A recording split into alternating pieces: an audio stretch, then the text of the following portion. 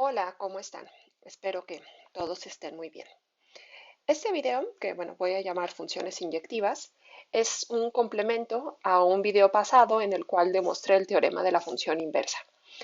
En ese video di por hecho, lo dejé como ejercicio, que la inversa de una función continua es continua y para ello también habría que demostrar antes que si tienen una función continua e inyectiva, entonces es estrictamente creciente o estrictamente decreciente. Entonces, el propósito de este video es complementar esa parte. Concretamente, voy a hacer un pequeño resumen de funciones inyectivas de R en R y vamos a demostrar esos dos ejercicios que habían quedado digamos, pendientes, ¿no? Que las funciones continuas e inyectivas son crecientes o decrecientes, estrictamente, y que la inversa de una función continua e inyectiva es continua. Ok, pues para hacerlo, déjenme comenzar con algunos recordatorios.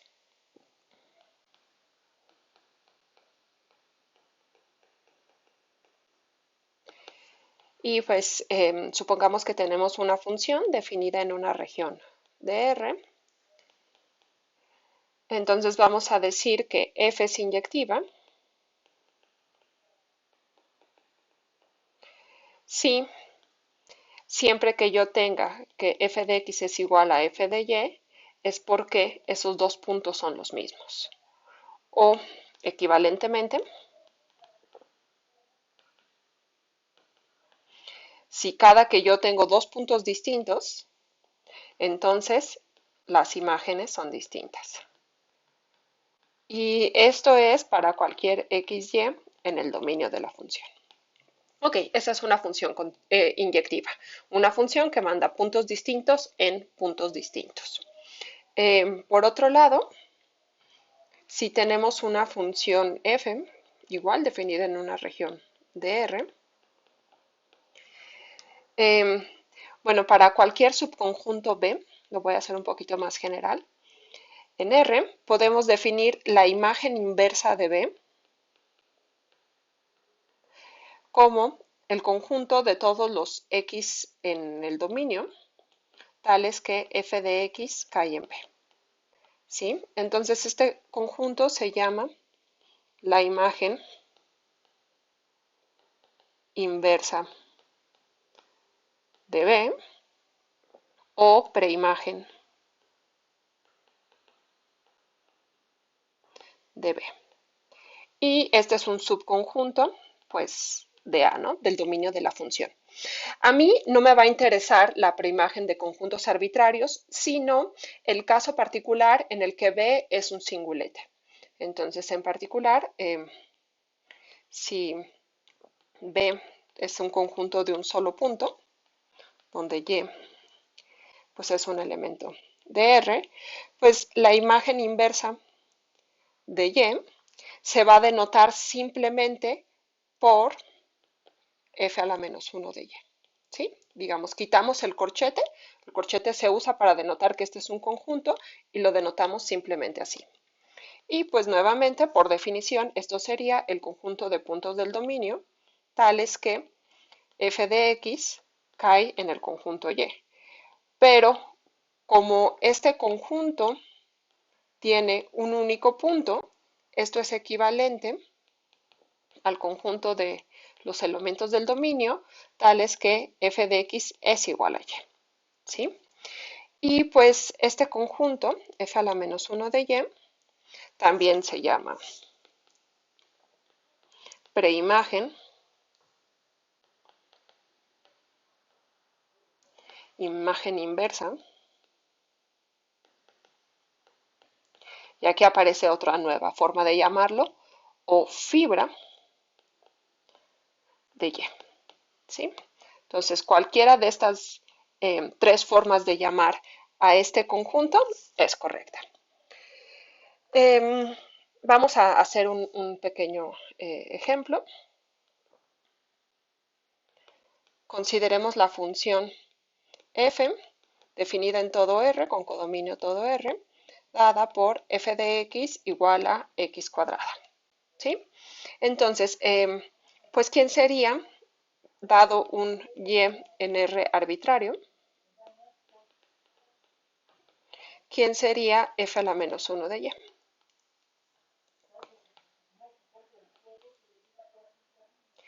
Pues a ver, primero tenemos que observar que la gráfica de esta función es una parábola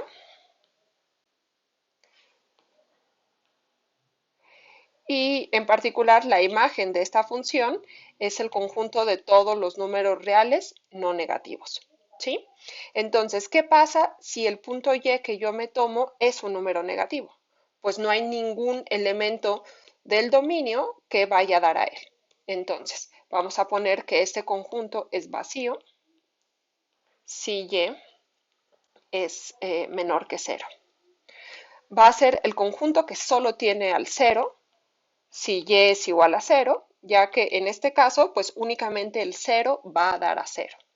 Y por otro lado, si yo me tomo un valor y positivo, pues lo que podemos observar es que hay dos elementos que van a dar a y.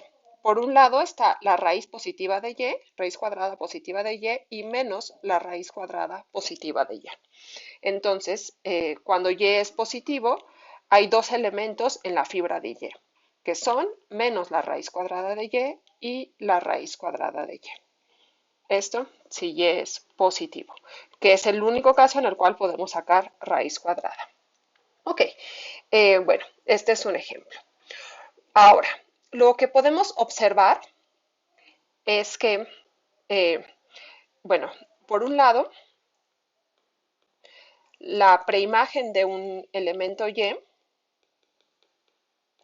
va a ser distinta del vacío si y solo si ese y era un elemento de la imagen de f. ¿Sí? Era lo que sucedía acá. Justo cuando y no pertenecía a la imagen, teníamos vacío, bueno, teníamos que la preimagen de y era el vacío y en otro caso, pues sí teníamos un conjunto distinto del vacío. Muy bien, esa es una primera observación. La segunda observación que nos va a interesar es que si f es inyectiva,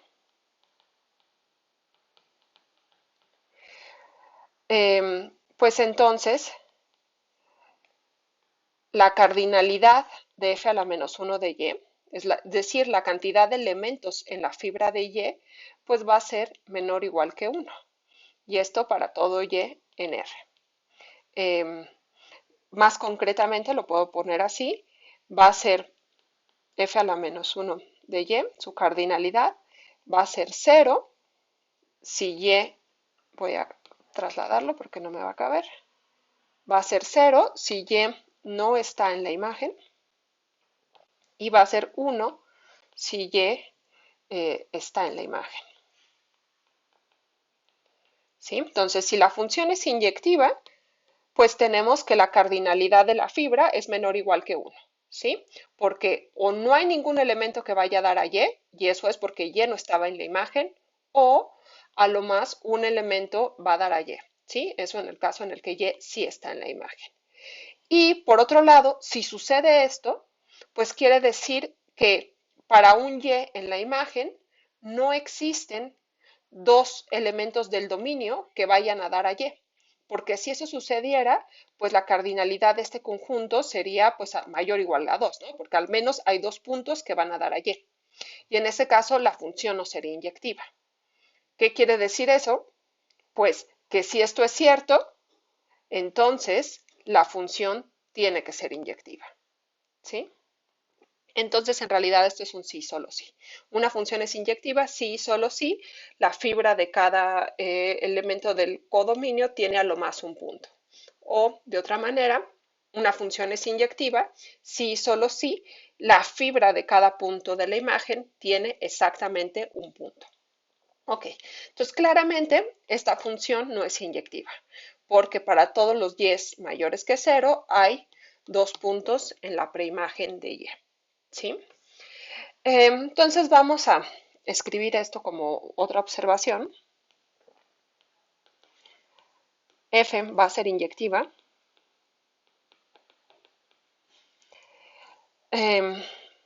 Sí, solo sí.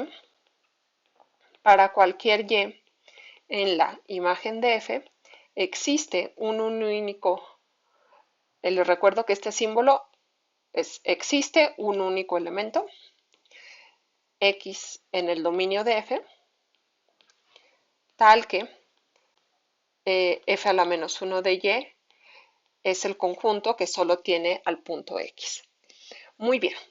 Y lo que es interesante es que en este caso, como para cada elemento de la imagen hay un único elemento del dominio que está en la fibra del elemento y que estaba en la imagen, pues en realidad esta relación es una relación de función, ¿sí? Esta función inversa me está definiendo una función cuyo dominio es la imagen de f y codominio pues es el dominio de f, ¿sí? Entonces voy a escribirlo. En este caso, la imagen inversa se convierte en una función la cual vamos a denotar por el mismo símbolo, no se confundan.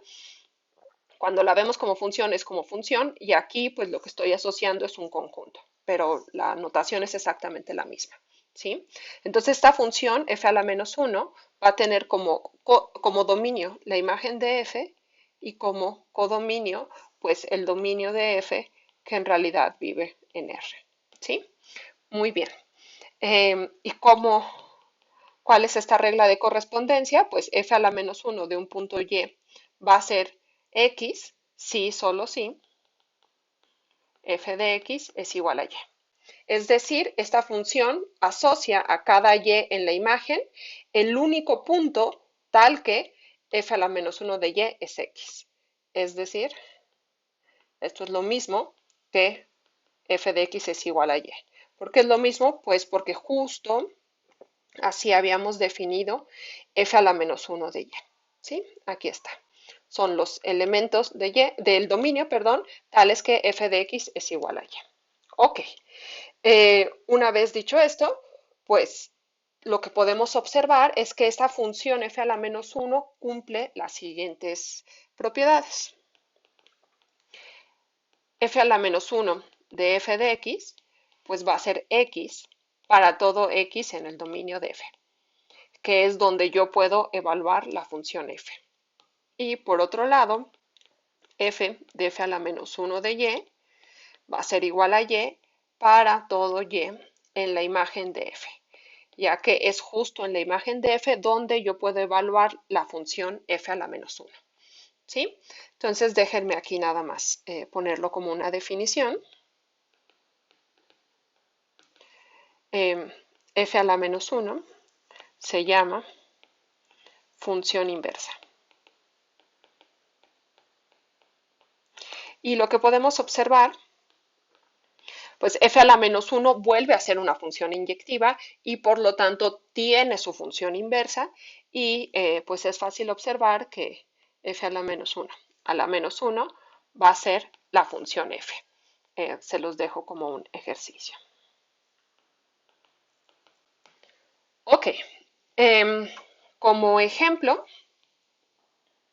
podemos pensar en la restricción de la función x cuadrada al intervalo 0 infinito. Entonces vamos a considerar f del 0 infinito a r dada por f de x igual a x cuadrada.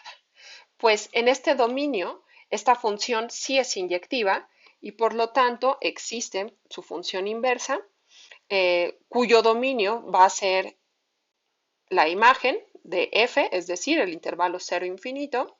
El codominio, bueno, es el 0 infinito que vive dentro de R. Y la regla de correspondencia sería que a cada y se le asigna la raíz cuadrada de y. ¿Sí? Esto está bien definido porque para los números en este intervalo, los valores no negativos, sí existe la raíz cuadrada. Ok, este es un ejemplo, pero también pudimos haber sido un poquito menos ortodoxos y haber considerado en vez del de los números no negativos, pudimos haber restringido la función x cuadrada a los números no positivos. Es decir, pudimos haber considerado la función g definida en el menos infinito 0, dada por g de x igual a x cuadrada. Y en este caso, la función g sigue siendo inyectiva. La función inversa ahora estaría definida del 0 infinito al menos infinito, 0, que vive dentro de R, y por lo tanto, la regla de correspondencia ya no va a ser la misma que teníamos acá, porque ahora a cada número positivo, no negativo, le tenemos que asociar un número no positivo. Y en este caso, entonces, la regla de correspondencia sería que la función inversa de g asocia a cada punto y menos la raíz cuadrada de y. ¿Sí?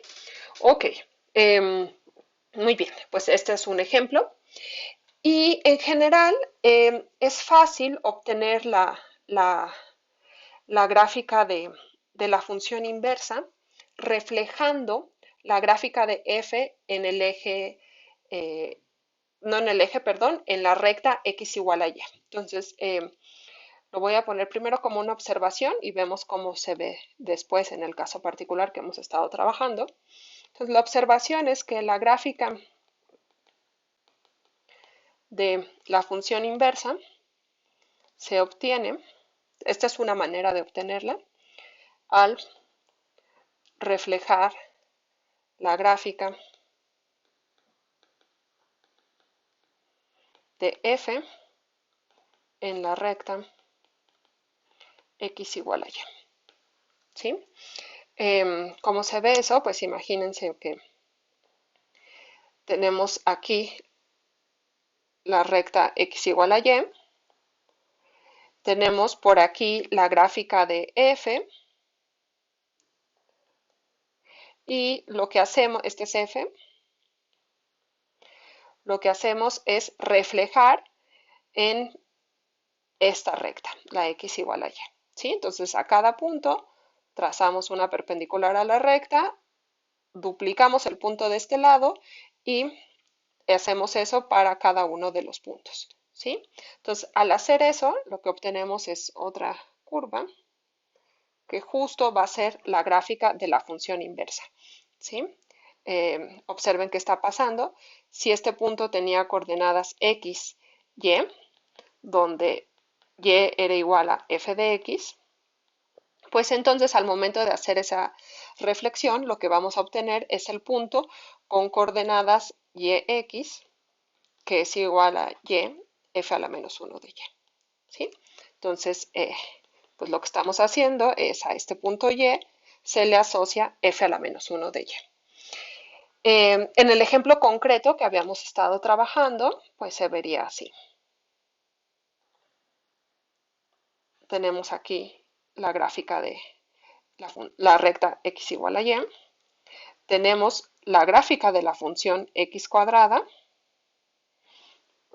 Vamos a hacer el caso positivo, el primer, este que vimos aquí. Y en este caso, para reflejar, pues lo que hacemos es simplemente reflejar. Y si se fijan, lo que se obtiene es la gráfica de la función bueno, raíz cuadrada. ¿Sí? Muy bien. Si reflejáramos la otra, por ejemplo, si ahora hacemos el caso negativo, en el caso negativo estábamos considerando la función x cuadrada definida en el intervalo menos infinito 0. Entonces la gráfica de f se vería como así. ¿Sí? Y al momento de hacer la reflexión, lo que obtenemos es esto de aquí, que es la gráfica de menos raíz cuadrada. Y bueno, el proceso es el mismo para cualquier función inyectiva que tengan. Vamos a ver un ejemplo más, uno de alguna función que no sea continua. Consideremos la función f definida en el 0 infinito al 0 infinito, dada por f de x igual a x, si x es distinto de 5 o x es distinto de 3. Va a ser 5 si x es igual a 3 y va a ser 3 si x es igual a 5. Lo que se puede observar de esta regla de correspondencia es que, bueno, es inyectiva, pero además f va a ser igual a f a la menos 1. Y para geométricamente entender eso, pues lo que necesitamos es en efecto verificar que la gráfica de f es simétrica respecto al eje, perdón, a la recta x igual a y. Entonces aquí tenemos la recta x igual a y, por aquí está el 3, por aquí está el 5. Estamos diciendo que cuando x es igual a 3, la función va a dar a 5, entonces aquí está la imagen del 3. También estamos diciendo que cuando x es igual a 5, la función va a dar a 3. Y para el resto de puntos, de los puntos en el intervalo 0 infinito, la función es la identidad. ¿Sí? Entonces la gráfica sería esta. Y si se fijan, esta gráfica es simétrica respecto a la recta x igual a y. ¿Sí? Ok. Otra forma de obtener la gráfica de la función inversa, dada la gráfica de f, es girando la cabeza y imaginar que ahora el dominio de la función es el eje y y el codominio es el eje x. Entonces vamos a hacerlo con un ejemplo. Para ello consideremos la función f definida en el cero infinito con codominio los reales dada por f de x igual a 1 entre 1 más x cuadrada. Probablemente ya conozcan bien esta función, solo que le estoy restringiendo al cero infinito.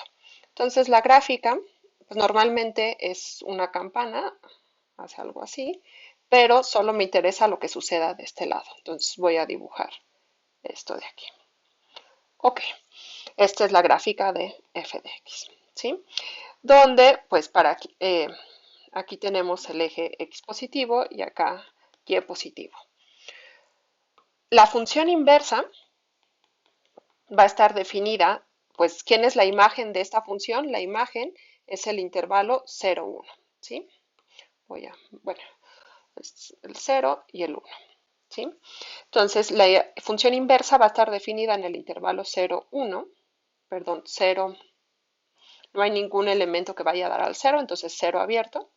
Y cuando x es igual a 0, f sí es igual a 1. Entonces, el 1 sí aparece en el dominio de la función inversa.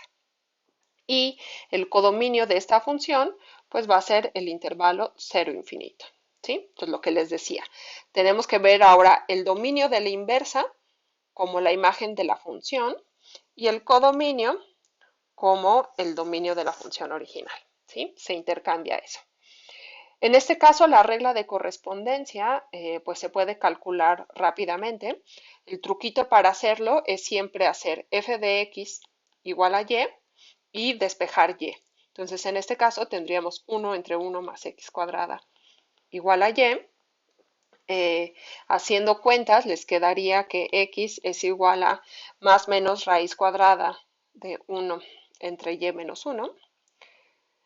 Y nos quedamos con la raíz positiva, ya que justamente estamos considerando el intervalo 0 infinito. ¿Sí? Necesitamos a cada valor y asociarle un número no negativo, entonces tomamos la raíz positiva. Les dejo de ejercicio que verifiquen que las cuentas son correctas. Muy bien. Ok, esa es la regla de correspondencia, pero si a mí solo me interesa la gráfica, yo lo que puedo hacer es un truquito geométrico. Voy a borrar tantito para que sea más simple. Lo que hago es ver, digamos, girar mi cabeza y ver este como el dominio y este como el codominio. Solo que al hacer eso, digamos que el eje positivo, el eje del dominio positivo, va a estar apuntando en sentido contrario a lo habitual. Entonces, para hacerlo bien, lo que hacemos primero es, lo voy a copiar acá, y lo primero que hacemos es girar 90 grados, ¿sí? Entonces esto ya tiene más cara de una gráfica de función. Aquí está el dominio y aquí está el codominio. Quedó un poquito chueco, déjenme ver si lo puedo girar. Ok, y ahora lo que les decía es que cuando hacemos esto, la parte positiva del dominio, o sea, si el dominio va a ser este eje, la parte positiva queda a la izquierda y la negativa a la derecha, lo cual no es a lo cual estamos nosotros habituados. Entonces, ¿qué hacemos? Pues lo que hacemos es reflejar ahora sobre el eje vertical. Entonces, primero giramos y luego reflejamos.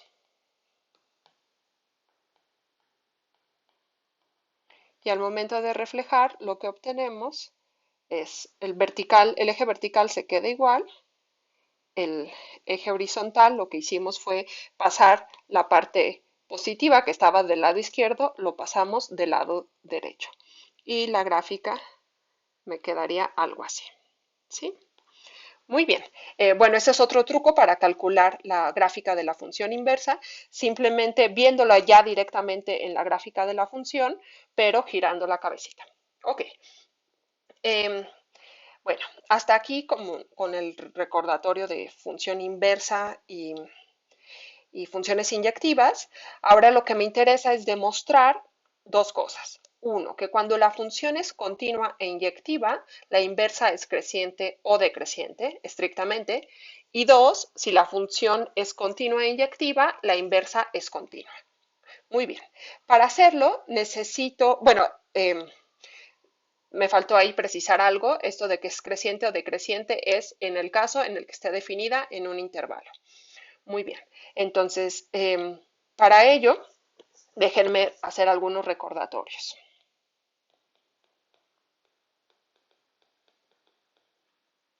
Primero, ¿qué es un intervalo? Entonces un conjunto, un subconjunto de R es un intervalo si para cualquier XY en ese conjunto, tales que X es menor que Y, se va a cumplir que el intervalo cerrado y acotado que definen esos puntos se queda en I. ¿Sí? La otra observación también es algo que pues es fácil de verificar y ya se ha hecho, es que si X es menor que Y, entonces el intervalo XY se puede definir como el conjunto de puntos de la forma Tx más 1 menos Ty, tales que T corre en 0, 1. Y también va a ser el conjunto de la forma, digamos, podemos intercambiar los papeles de X y Y y quedaría los TY más 1 menos T veces X con T en 0, 1. ¿Sí? Muy bien. Eh, Eso es una manera de describir los elementos de este conjunto. Y por otro lado, también quiero recordar el teorema de la preservación de intervalos, que lo que dice es, si f es una función continua definida en un intervalo, no me importa si el intervalo es abierto, cerrado, acotado o no acotado, un intervalo, es decir, un conjunto que cumple esta propiedad, entonces la imagen,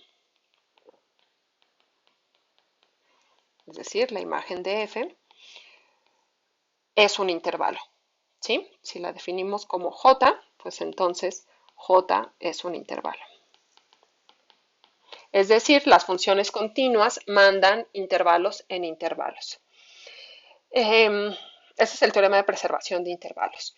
Un caso, digamos, un poquito particular, algo que se demuestra antes del teorema de la preservación de intervalos, es la siguiente propiedad. Bueno, se puede deducir justo de ese teorema, es que si G está definida en un intervalo, es continua, y el dominio es un intervalo, y además cumple que g de x es distinto de 0 para todos los elementos del dominio, pues entonces pasa una de dos. g de x es mayor que cero para todos los elementos del dominio o g de x es menor que cero para todos los elementos del dominio. Ok, entonces si la función es continua, su dominio es un intervalo y además es distinta de cero, pues entonces o va a ser mayor que cero para todos los elementos del dominio o va a ser menor que cero para todos los elementos del dominio. Ya que si esto no sucediera, entonces pues habría un elemento del dominio que va a dar al cero y por hipótesis eso no sucede. Okay, entonces esto es un recordatorio también. Por último, déjenme recordar la definición de función estrictamente creciente y función estrictamente decreciente. Entonces, si tenemos una función definida en un subconjunto de R, vamos a decir que es estrictamente creciente si para cualquier elemento del dominio, cualquier par de elementos del dominio, tal que A es menor que B, se cumple que f de A es menor estricto que f de B. ¿Sí? Y por otro lado, pues vamos a definir lo mismo, pero cambiando creciente por decreciente. Entonces vamos a decir que una función es estrictamente decreciente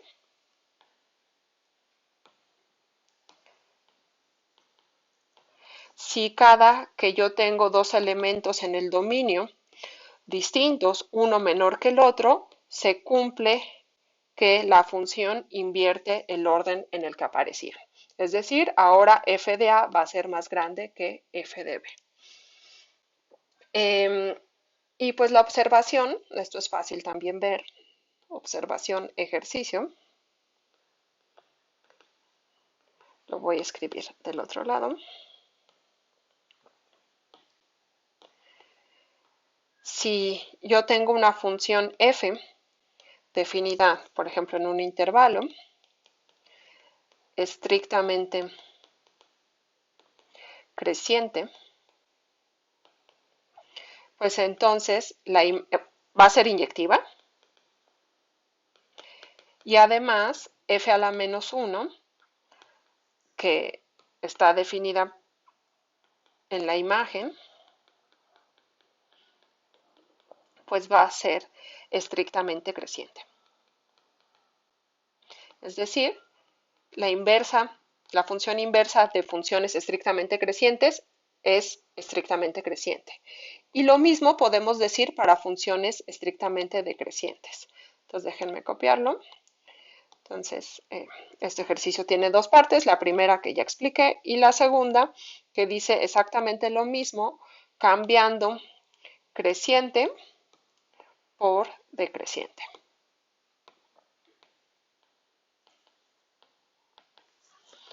Ok, entonces esto queda como observación y si tienen alguna duda pueden hacer las cuentas, son muy sencillas. Ok, una vez hecho todos estos recordatorios ya podemos enunciar el primer teorema que va a decir lo siguiente. Sea I un intervalo y F definida en ese intervalo con codominios los reales, continua e inyectiva. Entonces, f es estrictamente creciente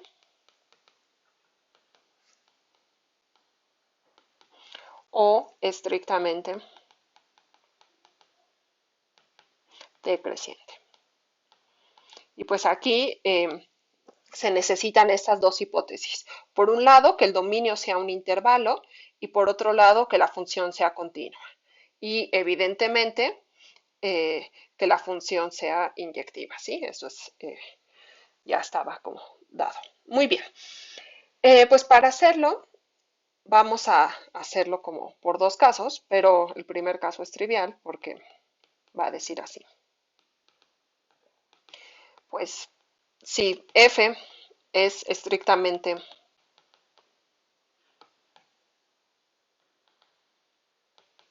decreciente. Esto es una de las dos opciones que queríamos demostrar. Y en ese caso ya acabamos. Entonces, en este caso, no hay nada que demostrar. No hay nada más que demostrar. Entonces, lo que vamos a hacer es suponer que eso no es cierto y demostrar que entonces f es estrictamente creciente.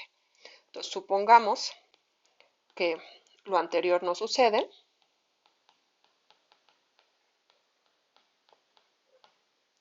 Y demostremos que f es estrictamente creciente. Ok, entonces esta es como la estructura de la demostración. Entonces, primero, ¿qué significa que la función no es estrictamente decreciente?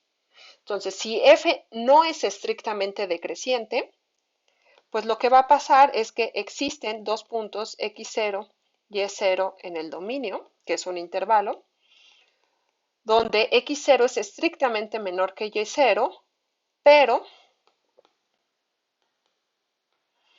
f de x0 no va a ser estrictamente mayor que f de y0, ¿sí? Porque estamos suponiendo que no es estrictamente decreciente.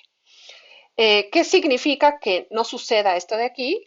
Pues lo que significa, entonces, es decir, f de x0 es menor o igual que f de y0, ¿sí? Por la propiedad de dicotomía.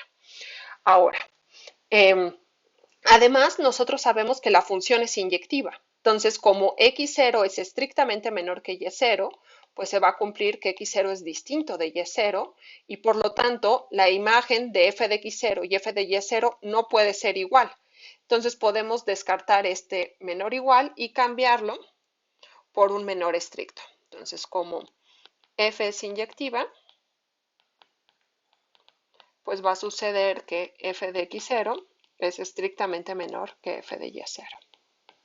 Ok, entonces ya tenemos estos dos puntos fijos, x0 y y0, para los cuales sabemos que f de x0 es estrictamente menor que f de y0. Pero eso no demuestra lo que nosotros queríamos, porque nosotros queríamos demostrar que la función es estrictamente creciente. Y apenas aquí lo que hemos hecho es demostrar la estrictamente crecientez para dos puntos muy particulares. Nosotros lo que tendríamos que hacer es demostrarlo para todos los puntos. Entonces, primero, para ir concretando las ideas, déjenme escribir qué es lo que yo necesito demostrar. Yo necesito demostrar que f es estrictamente creciente. Y déjenme subrayarlo. Ok.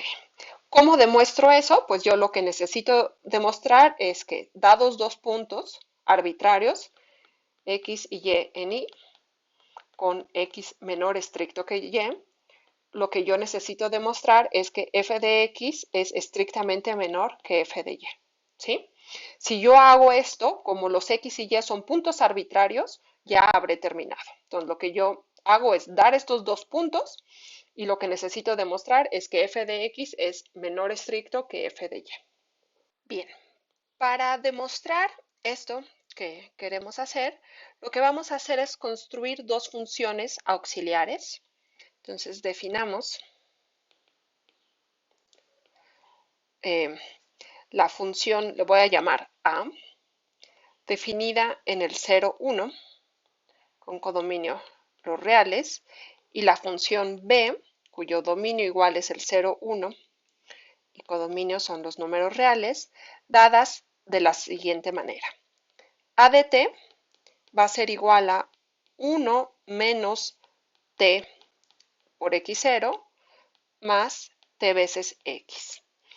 De hecho, déjenme ser un poquito más precisos, esto va a caer en i. Entonces, lo que podemos observar de esta definición es que a de t pertenece al intervalo con extremos x0 y x. y como x0 y x son elementos de y, x0 también pertenecía a y, pues el intervalo que determinan x0 y x vive en y, porque y es un intervalo, y por lo tanto este número pues vive en y, ¿sí? Es un elemento de y. Entonces déjenme ponerlo mejor aquí. Este pertenece a y. Y si recuerdan la definición que habíamos dado en esta caracterización de un intervalo a través de estas combinaciones, se llaman combinaciones convexas cuando el t corre entre 0 y 1, pues lo que estamos haciendo es precisamente definir una función. Esta función a es una función cuyo dominio es el 0, 1 y cuya imagen es el intervalo con extremos x y x0.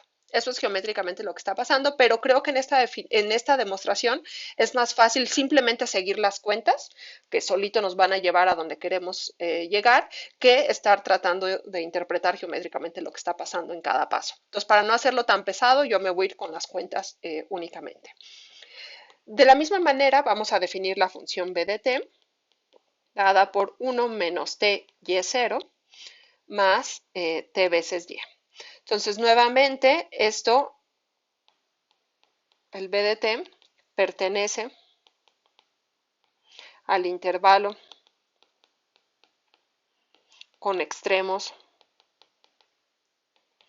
y0 y y. Y por lo tanto, pues b de t pertenece a y, ya que justo este intervalo se queda completamente contenido en y. Muy bien. Ahora, entonces, déjenme quizás nada más enfatizarlo aquí. Esto pertenece a y. Muy bien.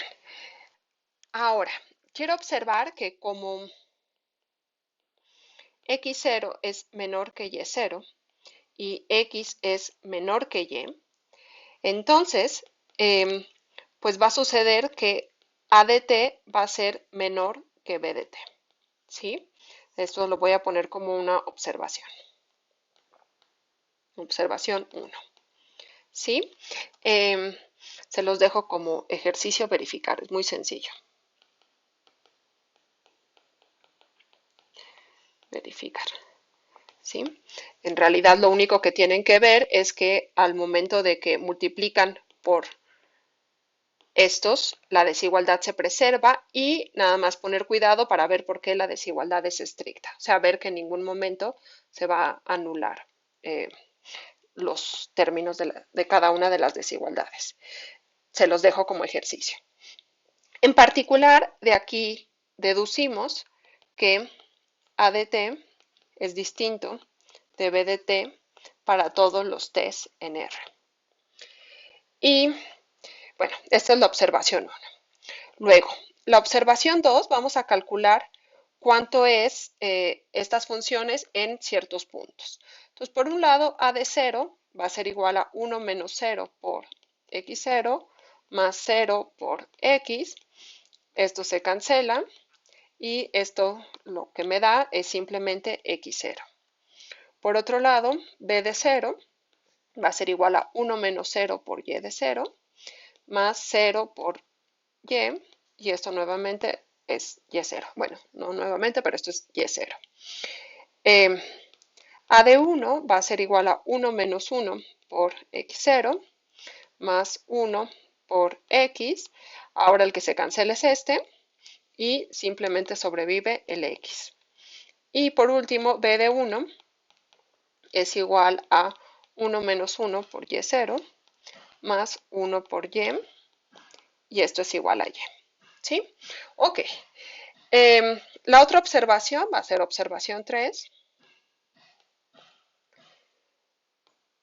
Es que a y b son funciones continuas. De hecho, son lineales, ¿sí? Muy bien. Bien. Entonces vamos a definir una nueva función.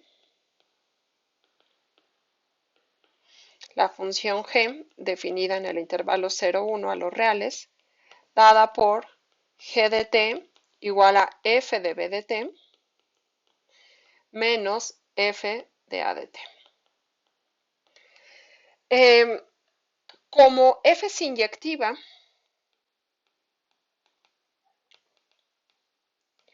y además A de t es distinto de B de t para todos los t's en el 0, 1, pues entonces lo que podemos observar es que G de t siempre va a ser distinto de 0. Porque si fuera igual a 0, en algún momento este tendría que ser igual al de acá, pero como F es inyectiva, tendríamos que B de t sería igual a de t y justo eso no sucede. Entonces G de t es distinto de 0 para todos los t's. Además, G es continua por ser composición de funciones continuas.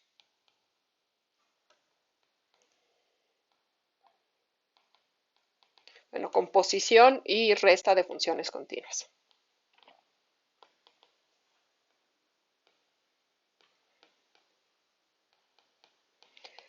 Entonces, por uno de los recordatorios, tenemos una función continua distinta de 0 en todos los puntos del dominio.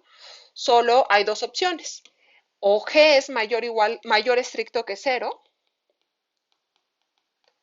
para todos los t's en el 0, 1, que es el dominio de la función, o G de t es menor estricto que 0 para todos los t's en el 0, 1.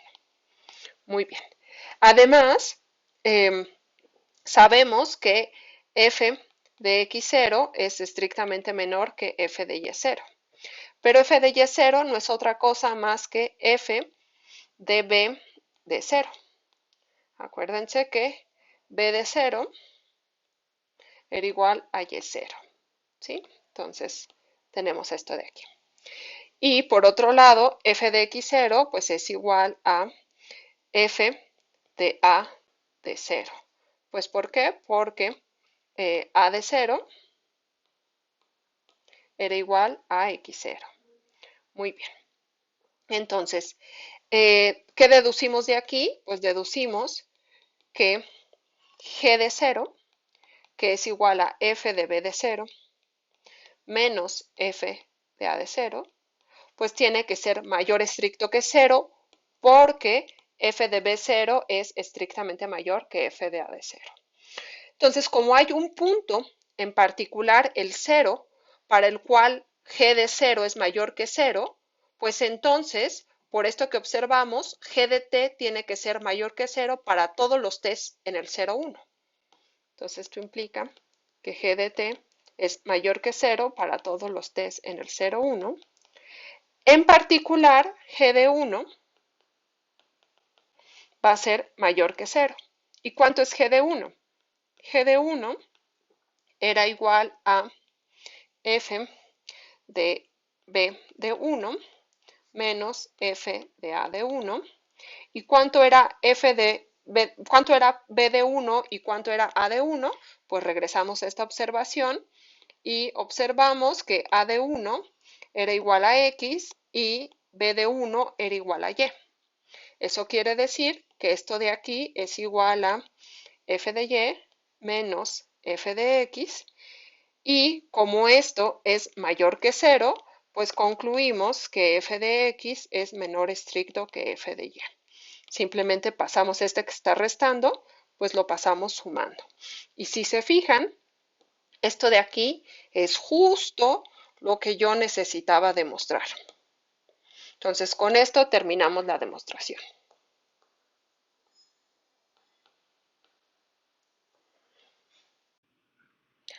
Ahora lo que haremos es demostrar el último resultado importante de este video, que es el hecho de que la inversa de una función continua definida en un intervalo es continua. Y antes de hacerlo, bueno, necesitamos unas observaciones y un teorema auxiliar que nos va a ayudar a la demostración del teorema final.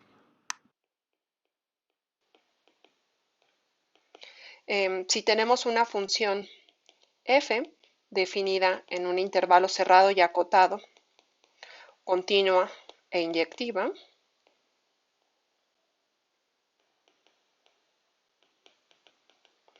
pues entonces ya sabemos que f es estrictamente creciente o estrictamente decreciente. Eso lo demostramos en un video pasado. Entonces, aquí, si f es estrictamente creciente, pues entonces la imagen de f va a ser el f de a, el intervalo cerrado y acotado con extremos f de a y f de b. Y por otro lado, si f es estrictamente decreciente,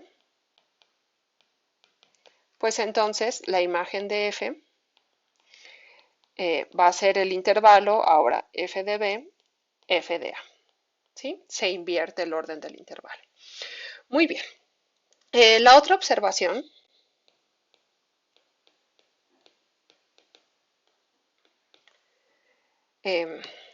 dice que si f está definida ahora en un intervalo abierto, continua e inyectiva, pues nuevamente vuelve a ser creciente o decreciente. Entonces, si f es estrictamente creciente, pues entonces ahora la imagen de f va a ser igual al límite cuando x tiende a por la derecha de f de x y el límite cuando x tiende a b por la izquierda de f de x. Si quieren verlo así, tengo mi intervalo abierto. Aquí está el A, aquí está el B. Sé que la función es creciente y pues entonces la imagen, quizás la debí de haber hecho más corta. Aquí está la función creciente. Entonces, en realidad, como la función no está definida en A ni en B, pues nosotros no tenemos el valor f de A ni f de B. Pero lo que sí es que podemos calcular el límite cuando x tiende a por la derecha de la función y este límite pues va a ser el extremo de este intervalo. Y lo mismo podemos hacer el límite cuando x tiende a b por la izquierda y ese valor va a ser el otro extremo de ese intervalo. Y de manera análoga, si f es estrictamente decreciente,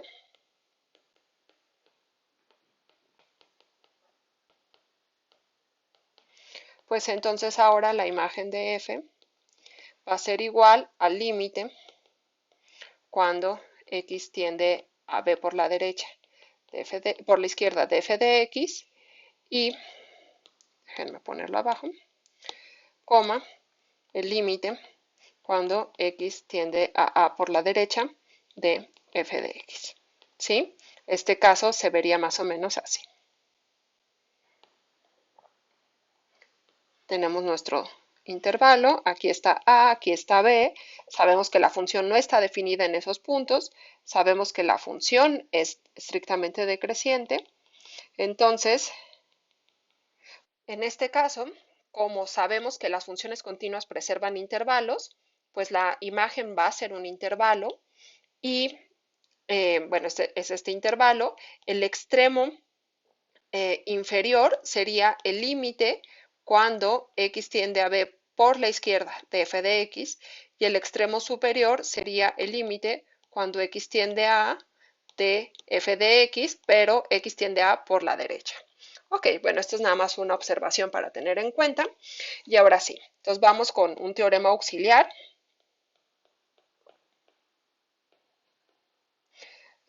Pues sí, le voy a poner teorema auxiliar. Y dice lo siguiente. Entonces, sea f definida en un intervalo continua y estrictamente creciente.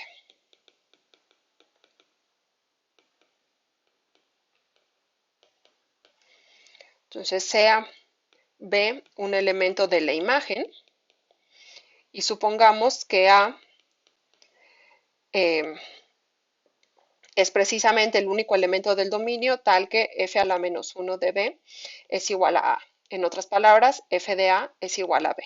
¿Y por qué digo único elemento? Pues porque al ser f estrictamente creciente es inyectiva. ¿Sí? Ok. Entonces, este teorema va a tener tres partes. La parte 1 va a decir lo siguiente. Si existe un valor eta mayor que 0, tal que a menos eta, a se queda en i, entonces podemos sacar el límite cuando y tiende al b por la izquierda de f a la menos 1 de y este límite va a ser f a la menos 1 de b igual a. ¿Sí? Ahorita explico geométricamente qué es lo que está pasando. 2. Si existe eta mayor que 0, tal que el intervalo a más eta se queda en i, pues entonces yo voy a poder calcular el límite cuando y tiende a b por la derecha de f a la menos 1 de y este límite va a ser igual a f a la menos 1 de b igual a. Y el último punto, que en realidad es consecuencia de los dos anteriores, es que la función inversa, definida en la imagen, es continua. Ok, entonces, bueno, el 3 lo explicamos después. Yo nada más quiero explicar un poco la tecnicidad de esta condición. Yo el punto B lo agarré arbitrario en la imagen y el dominio es un intervalo arbitrario. Yo no sé si se ha cerrado, acotado, no acotado. Entonces, en realidad yo no sé si B puede o no ser un extremo de este intervalo. Entonces, lo que estoy diciendo aquí es que el punto A, que es la preimagen de B, está en el intervalo, o sea, imagínense que este es el intervalo, y lo que sucede es que hay pues algo antes de A que se queda dentro del intervalo. ¿Sí? Imagínense que el intervalo es esto verde. Yo no sé qué suceda a la derecha de A, pero sé que a la izquierda, digamos, hay elementos que están en el intervalo. En este caso, bueno, ya antes podría ser que A fuera un extremo de este intervalo. ¿Sí? Entonces, lo que sé, bueno, podría ser que fuera un extremo, el extremo derecho, pero lo que sí sé es que hay algo antes que A. El caso 2 es al revés, o sea, yo no sé cómo está el intervalo, pero sé que A es un valor tal que a la derecha de A hay elementos de I, ¿sí? Todo esto se queda en I. Pudiera ser que A es un extremo inferior del intervalo, eso no me importa. Lo que yo sé es que hay elementos a la derecha y por lo tanto, bueno, va a ser posible calcular estos límites. Estos límites están en términos de B, pero ahorita vamos a ver cómo se relacionan con A. Muy bien. Y bueno, nada más para el 3. El 3 estoy diciendo que f a la menos 1 es continua. Recuerden que una función es continua en un punto B, si solo si el límite, cuando y tiende a B, de f a la menos 1 de y es f a la menos 1 de b. Y en particular, el límite de cuando y tiende a b de f a la menos 1 de y va a ser igual a f a la menos 1 de b, si solo si estos dos límites son igual a f a la menos 1 de b cuando existan. Entonces, en realidad, este 3 es consecuencia inmediata de 1 y 2. Ok, una vez hechas esas aclaraciones, podemos pasar a la demostración. Entonces, yo les voy a demostrar el 1, el 2 lo voy a dejar como ejercicio porque es completamente análogo al 1 y pues el 3, como ya expliqué, se va a deducir de 1 y 2. Entonces, comencemos.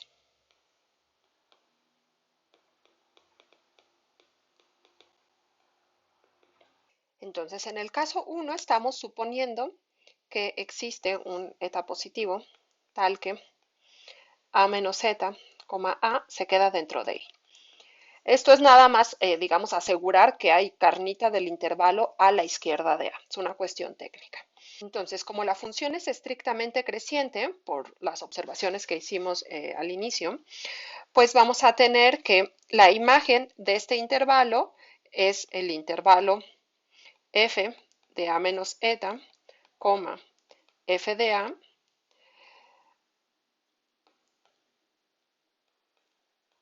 el cual se va a quedar en la imagen de la función, que es f de i. Y este de aquí no es otra cosa más que f de a menos z, coma b. Y como la función es inyectiva y a menos z es distinto de a, pues entonces, en particular, f de a menos z, ay, me quedó muy feo, f de a menos z va a ser estrictamente menor que b. ¿Qué sucede? Pues que está aquí b, por aquí está f de a menos z. Todo esto vive en la imagen de la función f y por lo tanto en el dominio de f a la menos 1. Y eso quiere decir, digamos, que hay carnita a la izquierda de b. Y por lo tanto yo sí puedo calcular el límite cuando x tiende a b, lo voy a poner cuando y tiende a b por la izquierda de b. ¿Por qué? Pues porque hay elementos del dominio de la función inversa a la izquierda de b. Ok, esa era la razón técnica de la existencia de esa eta. Muy bien. Además, bueno, entonces lo que queremos demostrar, perdón, lo que queremos demostrar es que el límite cuando y tiende a b por la izquierda de f a la menos 1 de y es igual a f de b, f a la menos 1 de b, perdón, que es igual a a. Entonces, ¿cómo hacemos eso? Damos un épsilon mayor que 0 y lo que necesitamos demostrar es que existe delta positivo, tal que si y está en la imagen de la función y además 0 es estrictamente menor que b menos y este a su vez es estrictamente menor que delta, entonces el valor absoluto de f a la menos 1 de b menos f a la menos 1 de y es menor que epsilon.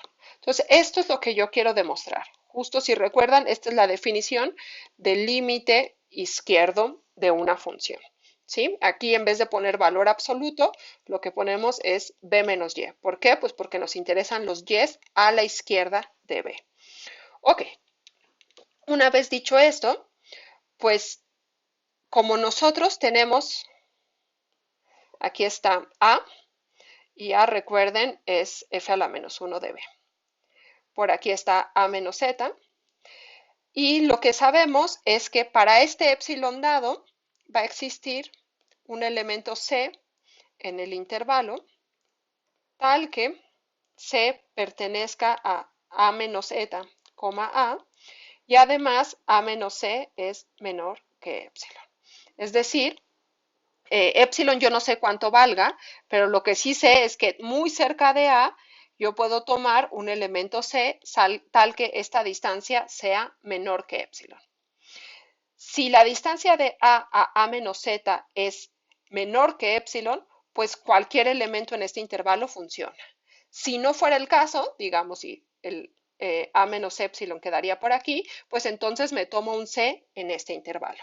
Lo importante es que existe y vamos a trabajar con él. Entonces, como c es menor que a,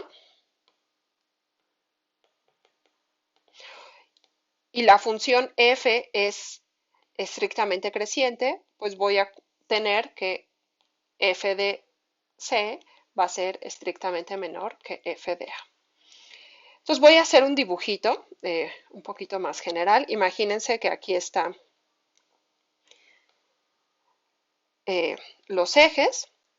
Por aquí yo pinto en verde la gráfica de la función f, la cual estamos suponiendo que es estrictamente creciente. Y luego, por aquí está el punto A, por aquí está este auxiliar A menos Z y por aquí está el punto C. Y lo que sabemos es que este intervalo A menos C es menor que epsilon. Luego, por aquí está F de C, por aquí está F de A y F de A pues es igual a B, ¿sí? Muy bien. Entonces, como además es estrictamente creciente, ya dijimos que f de c es estrictamente menor que f de a, y esto implica en particular que 0 es estrictamente menor que f de a menos f de c. ¿Nosotros qué queríamos demostrar? Queríamos demostrar que existía una delta. Pues vamos a definir delta precisamente como este valor, f de A menos f de C. Es decir, delta es la longitud de este intervalo. ¿Sí? Entonces, este de aquí es delta. Bueno, ok. Entonces, vamos a demostrar que ese es el delta que funciona. Nada más déjenme. Delta igual a este de aquí. Ok. Entonces, sea y un elemento en la imagen tal que 0 es menor que b menos y este a su vez es menor que delta. ¿Qué queremos demostrar? Lo que queremos demostrar es que la distancia de f a la menos 1 de b menos f a la menos 1 de y es menor que epsilon. ¿Les recuerdo? Eso es lo que queremos demostrar. Ok, entonces quedémonos tantito con esto de aquí. De aquí nosotros podemos deducir que b menos delta va a ser menor que y este a su vez menor que b. ¿Sí? Pues porque por un lado b es más grande que y, es esta desigualdad, porque esto es mayor que 0, pasamos este que está restando lo pasamos sumando, y por otro lado, si pasamos el menos y sumando de este lado y el delta restando, tendríamos esta otra desigualdad. Ok. De aquí, pues, ¿qué tenemos? Recuerden que b es igual a f de a. Entonces tendríamos b menos a menos delta, va a ser menor que y, menor que f de a. ¿Y quién era delta? Pues delta la definimos como f de a menos de f de c. Entonces, este de aquí en realidad es f de a menos f de a menos f de c. Y tendríamos que este valor es menor que y este a su vez menor que f de a. Entonces, si se fijan, este cancela este de aquí y lo que tenemos es f de c, porque menos con menos da más, va a ser menor que y, menor que f de a. Luego aplicamos f a la menos 1 en todos los términos de esta desigualdad y como f es estrictamente creciente, f a la menos 1 es estrictamente creciente. Entonces, como f es estrictamente creciente, entonces f a la menos 1 es estrictamente creciente. Y esto implica que f a la menos 1 de f de c va a ser menor que f a la menos 1 de y, menor que f a la menos 1 de f de a. Y como se me va a acabar el espacio, déjenme copiar esto del otro lado.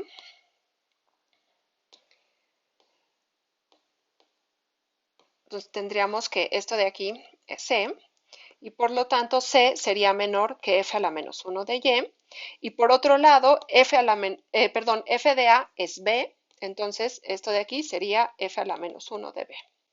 ¿Qué deducimos? Pues deducimos que la distancia entre estos dos, entonces el valor absoluto de f a la menos 1 de b menos f a la menos 1 de y es, bueno, va a ser igual a f a la menos 1 de b menos f a la menos 1 de y esto va a ser menor que f a la menos 1 de b menos c. Pero de nueva cuenta, ¿quién era f a la menos 1 de b? Pues f a la menos 1 de b era a, y por lo tanto este valor absoluto va a ser menor que a menos c.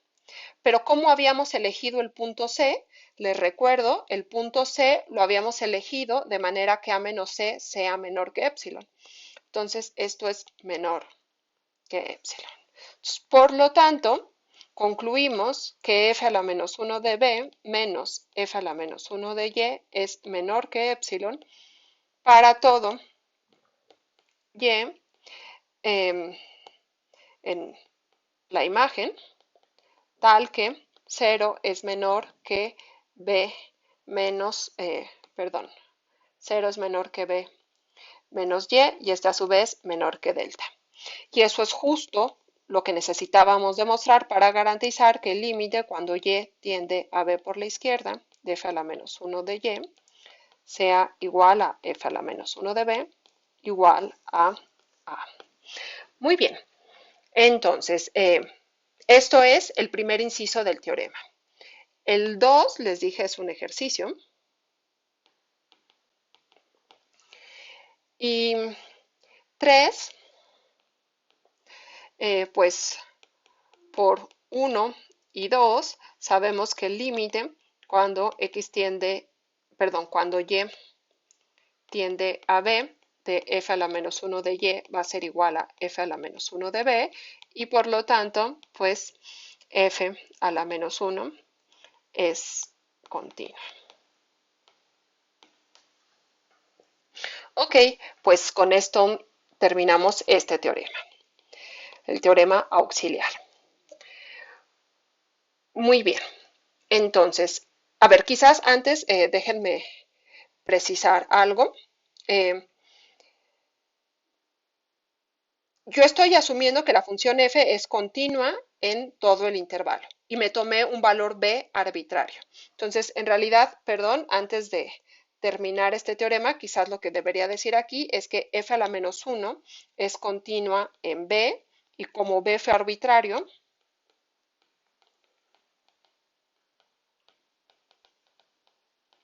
pues entonces f a la menos 1 es continua, ¿sí?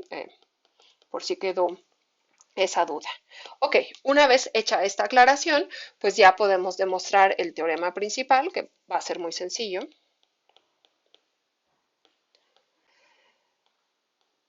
Sea f definida en un intervalo, continua, inyectiva, y nada más déjenme escribir que y es un intervalo. Entonces, la función f a la menos 1, que está definida en f de i, pues es continua. Y la demostración ya es muy sencilla. Observen que f, al ser continua, tiene únicamente de dos sopas. Bueno, continua e inyectiva y definida en un intervalo. Pues es creciente, estrictamente creciente o estrictamente decreciente. Entonces, si f es estrictamente creciente,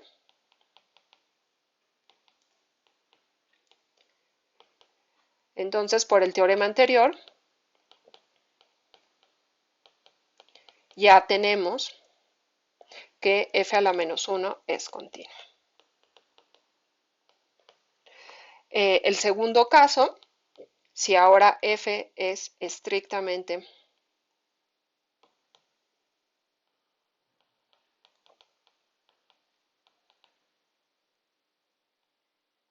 decreciente,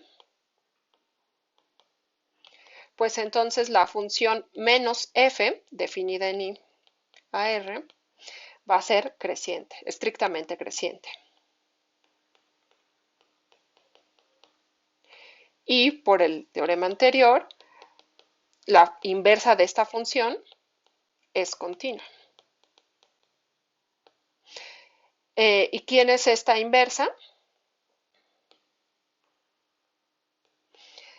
La inversa de la función menos f, pues es menos f a la menos 1. Este, si quieren, es un ejercicio. Y por lo tanto, como esta es continua, pues entonces si yo multiplico por menos, también va a ser continua. Y menos por menos da más y por lo tanto f a la menos 1 es continua. Entonces con este terminamos el teorema. Ok, pues ya para terminar quisiera pues enfatizar lo que demostramos es que la inversa de una función continua definida en un intervalo inyectiva, para que exista la inversa, pues es continua. El caso de las funciones derivables no es, en general, no es cierto y falla precisamente en los puntos en los cuales la derivada es cero. Lo voy a escribir aquí y nada más lo remito para ver que la inversa de una función derivable en un punto cuya derivada no es cero, es derivable, pues hay un video pasado en el cual pueden consultar ese teorema. Ese teorema se llama el teorema de la función inversa. Ok, entonces, pues simplemente déjenme terminar con esta observación. Si tenemos una función f definida en un intervalo, inyectiva y derivable en un punto A, tal que la derivada en ese punto es igual a 0, entonces la inversa no es derivable en ese punto. Bueno, en f de ese punto.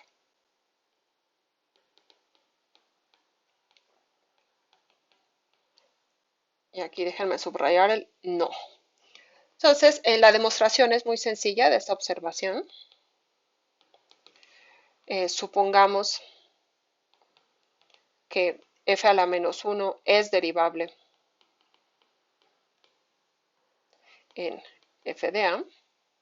Entonces, pues como f a la menos 1 compuesta con f de x es igual a x para todo x en y, entonces esta composición pues en realidad es la función identidad y por lo tanto es derivable, y yo sé que la derivada de la función identidad pues es 1.